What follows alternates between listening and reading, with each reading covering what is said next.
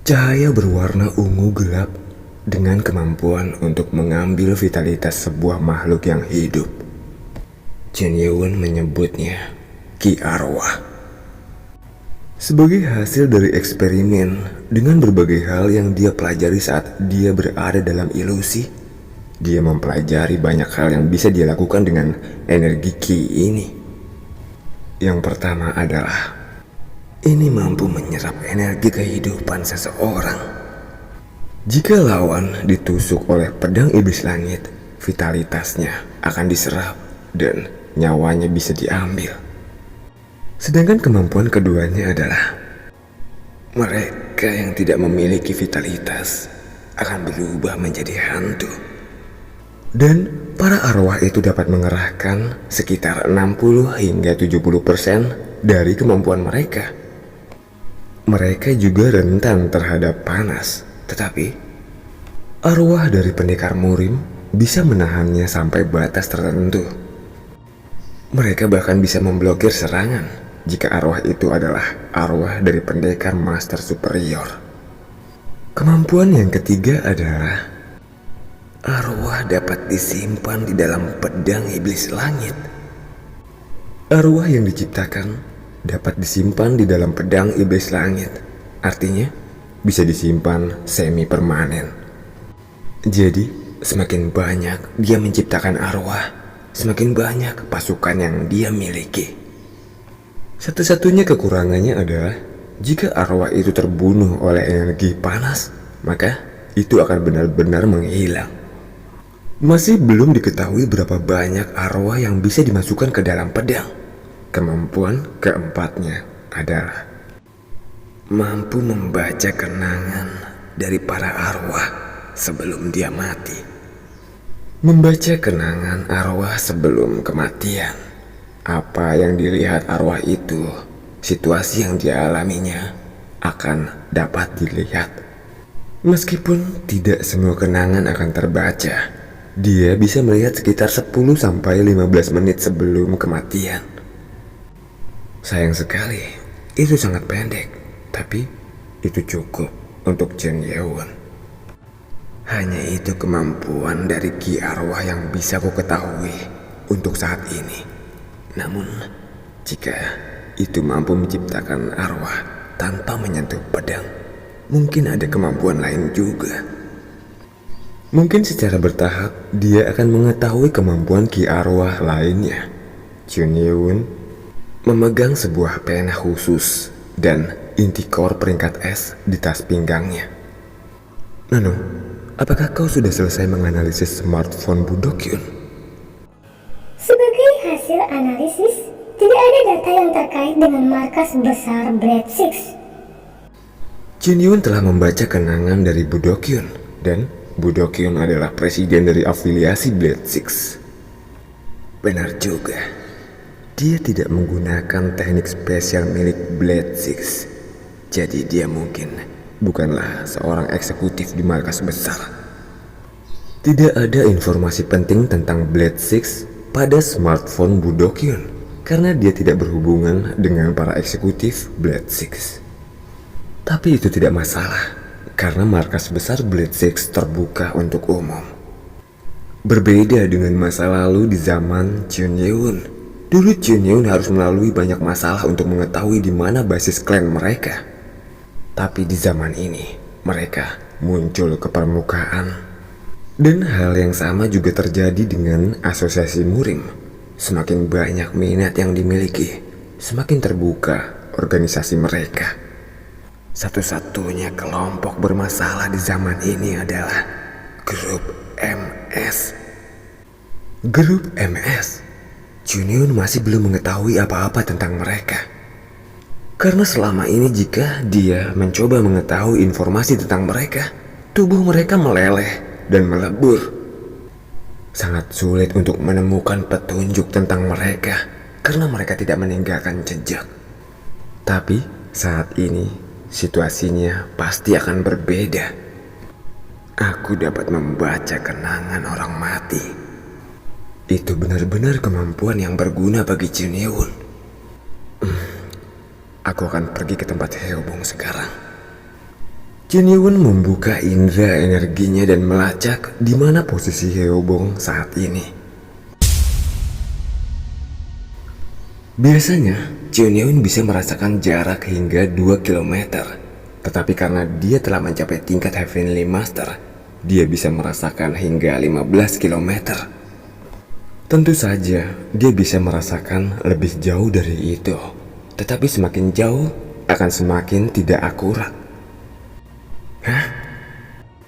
Jin Yewon mengerutkan kening. Dia menduga bahwa mereka akan berada dalam jarak 2 km.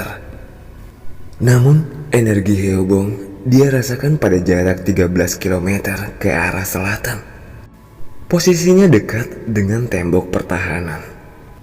Apakah mereka pergi ke sana menggunakan mobil? Jika tidak menggunakan kendaraan, pergi sejauh itu dengan para orang-orang yang selamat sepertinya tidak mungkin. Namun di sana bukan hanya ada orang-orang yang selamat, ada banyak energi di sekitar mereka.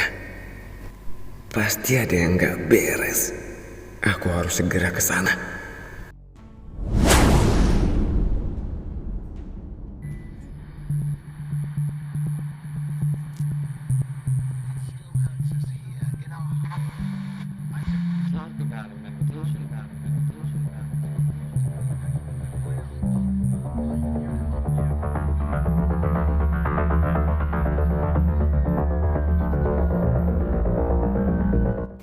Sekitar 3 km dari tembok pertahanan selatan, terlihat 10 truk militer dan 5 jet tempur diparkir. Sekitar 300 prajurit infanteri mengarahkan senapan mesin mereka ke arah Heobong, Mun Ranyong, dan orang-orang yang selamat lainnya. Beraninya kau melakukan ini pada anakku. Orang yang berteriak marah pada mereka adalah Cho Hyung Mo, Dewan Kepala Keamanan Dalam Negeri. Di sebelahnya ada Komandan Mak Wuchong yang tidak bisa menyembunyikan keterkejutannya. Mengapa situasinya jadi begini? Lama-lama aku bisa jadi gila. Mak Wuchong melirik ke belakang. Ada mayat yang bercucuran darah di sekujur tubuhnya. Itu adalah putra Cho Hyung Mo, Cho Hyung Man, Kepala Departemen Perancangan Kota Datong. Mengapa ini semua terjadi sih? Mak Wuchong menggelengkan kepalanya, tidak mengerti bagaimana hal ini bisa terjadi. Semua ini dimulai saat ada pesan radio yang masuk ketika portal gate telah tertutup. Halo, ini adalah kelompok terakhir. Kondisi yang selamat sangat kritis sekarang. Setelah mendengar pesan itu, Mak Wuchong buru-buru membentuk tim dan bergegas ke tembok untuk mengambil mereka. Dan ketika mereka tiba, orang ini sudah mati. Mendengar tentang apa yang terjadi sebelum dan sesudah kejadian dari 4 pendekar yang membawa mayat tersebut, Cho Hyung Mo marah. Dia dibunuh oleh seorang pendekar murim. Seorang prajurit mengatakan itu adalah seorang pendekar murim yang telah melakui putranya dengan serius. Mereka mengatakan bahwa mereka berhasil melarikan diri karena bantuan dari pemimpin mereka, Hong Palson, dan orang yang lainnya yang melawan hantu. Tentu saja, Cho Hyung Mo meminta komandan untuk menangkap pembunuhnya. Dan tidak lama kemudian, ada sebuah truk militer dengan orang-orang yang selamat telah muncul dari arah yang sama, dan orang yang membunuh putranya ada di dalam truk itu. Komandan, bunuh bajingan yang membunuh anakku. Cho Hyung Mo bersikeras dengan arogan. Akibatnya Heobong marah. Sayang, tenanglah. Kita tidak bisa beralasan saat ini. Untunglah Mun Ranyong menenangkan amarah Heobong. Ketika mereka sedang membawa orang-orang yang selamat ini, dia menemukan sebuah truk militer dan membawa mereka ke gerbang selatan. Menurutnya, ini merupakan tempat paling aman. Karena Hyobong ingin segera membawa orang-orang ini ke tempat aman dan segera membantu Chun Ye-won. Tapi tidak disangka hal seperti ini terjadi. "Komandan, mengapa kau diam saja? Cepat berikan perintah untuk membunuh mereka." Cho Hyung-mo terus berteriak. Komandan Mak Woo-chong mencoba menenangkannya. "Ketua, mereka adalah warga sipil dan jika sesuai prosedur mereka harus ditangkap dan diselidiki." Omong kosong. Apa yang kau katakan? Jelas-jelas bahwa dia telah membunuh anakku. Apa perlunya menyelidiki? 5 perintah untuk membunuh harus dilakukan. Mak Woo-chong berkeringat mendengar desakan Cho Hyung-mo. Cho Hyung-mo dipenuhi dengan amarah karena telah kehilangan putranya. Dia menjadi tidak rasional. "Komandan, jika kau bertingkah seperti ini, aku tidak akan tinggal diam. Apakah kau tahu bahwa juniorku adalah wakil direktur pertahanan nasional?" Mendengar itu, Mak Woo-chong menggigit bibirnya. Ini adalah alasan mengapa dia tidak bisa berbicara kembali kepada orang ini sama sekali. Itu karena kedua departemen itu terkait erat. Cho Hyung-mo mempunyai backup yang sangat kuat. "Kau tahu kan apa yang harus kau lakukan?" Baik, Ketua, aku mengerti." Pada akhirnya dia mengikuti perintah Cho Hyung-mo. Dia tidak ingin menjatuhkan kehormatan Garda Nasional di depan warga sipil, tapi dia tidak punya pilihan lain. "Tapi Ketua, bukankah pertama-tama kita setidaknya menyelamatkan warga sipil dulu?" Terserah." Cho Hyung-mo tidak menghentikannya. Dia hanya ingin orang yang membunuh putranya dibunuh. Komandan lalu berteriak pada warga sipil yang berada di belakang Hyobong. "Warga kota Datong, orang itu berbahaya, jadi tolong menjauhlah dari pembunuh itu." Mendengar itu orang-orang kebingungan. Lalu seorang pria parubaya yang tidak tahan akan hal itu berkata, "Tunggu, tampaknya ada beberapa kesalahpahaman di sini. Dengarkan peringatan kami. Jika kau tidak pergi darinya, kau mungkin akan terluka." Atas peringatan Mak Woo-chong, pria parubaya bertanya pada Cho Hyung-mo dengan menunjuk orang yang sudah meninggal, "Apakah kau adalah ayah dari orang itu?" "Iya." Cho Hyung-mo menjawab pertanyaannya dengan tenang. Lalu pria parubaya itu berkata lagi, "Karena kau adalah ayah orang itu, jadi aku akan mengatakan hal yang sebenarnya. Anak Anda telah melakukan pelecehan seksual terhadap istri orang ini." Mendengar kata-katanya itu, wajah Cho Hyung-mo berubah. Siapa yang tidak terkejut mendengar bahwa putranya terbunuh saat dia melakukan pelecehan seksual terhadap seorang wanita? Bualan apa yang kau bicarakan? Pada saat itu, seorang wanita tua yang pernah dipukul oleh putranya melangkah maju dan berkata, "Itu bukan bualan.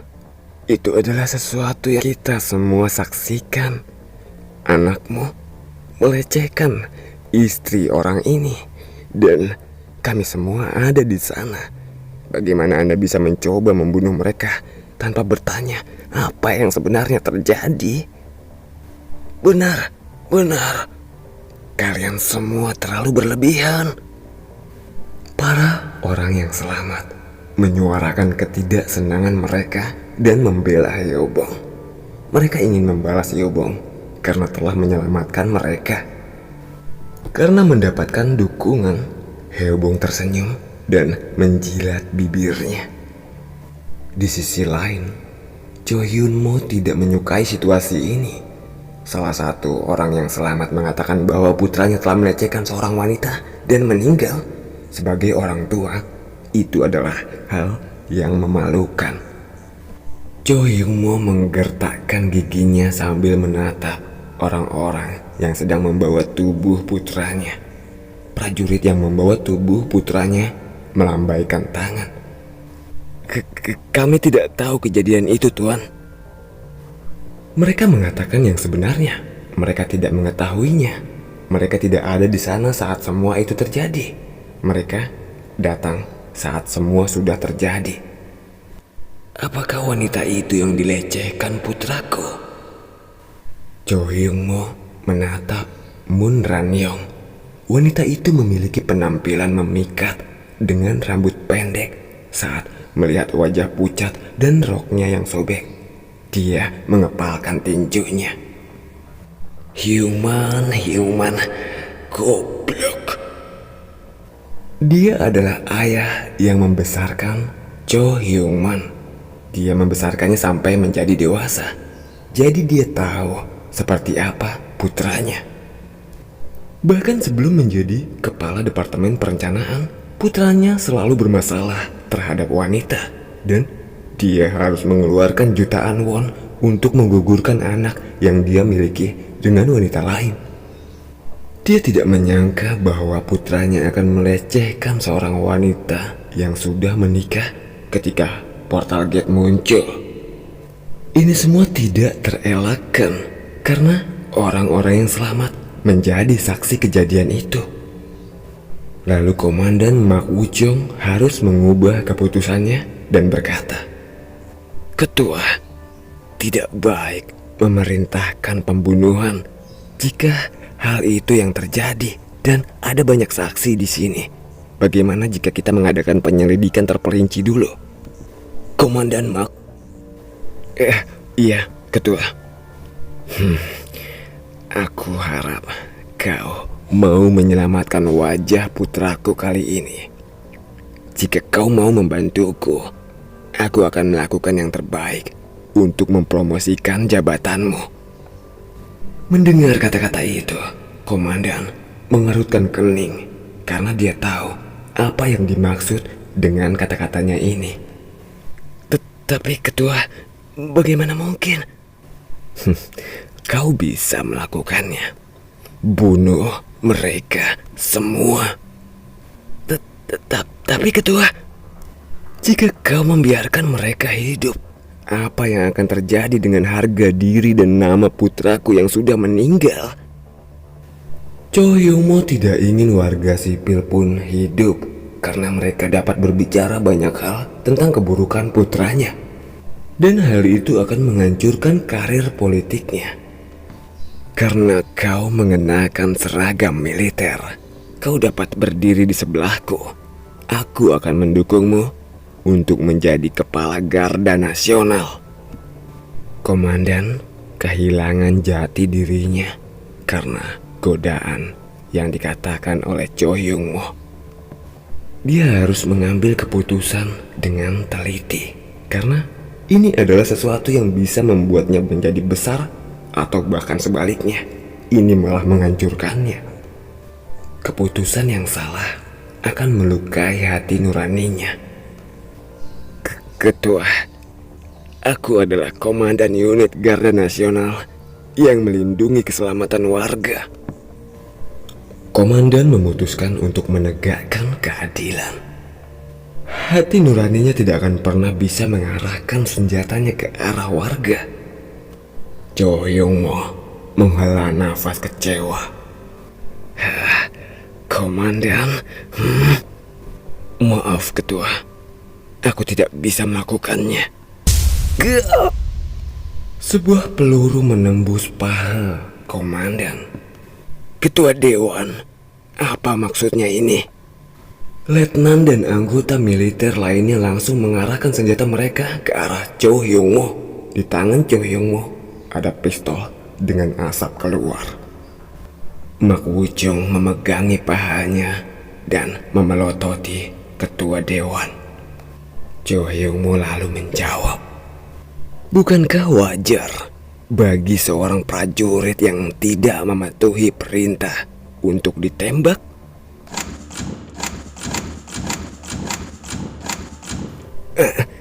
Apa-apaan ini? Tiba-tiba semua senapan pada tank dan pesawat jet tempur ditujukan ke arah Garda Nasional. Apakah kau pikir aku datang ke sini tidak memiliki persiapan? Komandan menatap para pengawal Cho Hyung Mo. Mereka ternyata bukan pengawal biasa. Ketua, bukankah Anda telah melewati batas? Kau bertindak terlalu jauh, Ketua Dewan. Tapi Cho Hyung Mo tidak peduli dan menembak paha komandan yang satunya lagi.